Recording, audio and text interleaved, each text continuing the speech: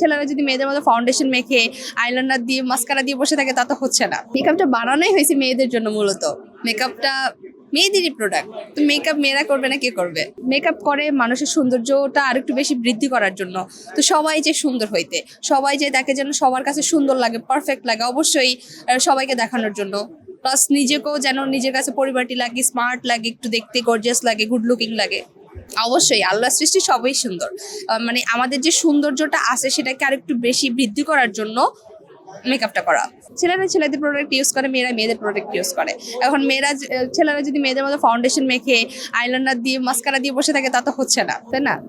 কেন করবে? এটা করবে না, কারণ এগুলো মেয়েদেরই প্রোডাক্ট। ছেলেরা কেন ইউজ করবে? এক্সট্রিম মশার কয়েল প্ল্যান্ট ফাইবার দিয়ে তৈরি, ডেঙ্গু চিকুনগুনিয়া বাহি সহ যে কোনো মশার বিরুদ্ধে দেয় এক্সট্রিম সুরক্ষা। ছেলেরা ছেলেদের প্রোডাক্টগুলো ইউজ করবে, যে হেয়ার জেল আছে, ফেস মাস্ক আছে, বা ময়শ্চারাইজার আছে, তাদের ফেস ওয়াশ আছে, ওগুলো ইউজ করবে ওরা।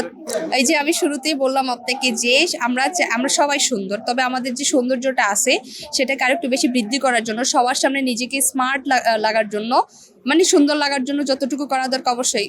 তো ছেলেদেরকে দেখানোর জন্য অবশ্যই করবে না কেন? ছেলেরা হোক বা মানুষকে দেখানোর জন্য অবশ্যই।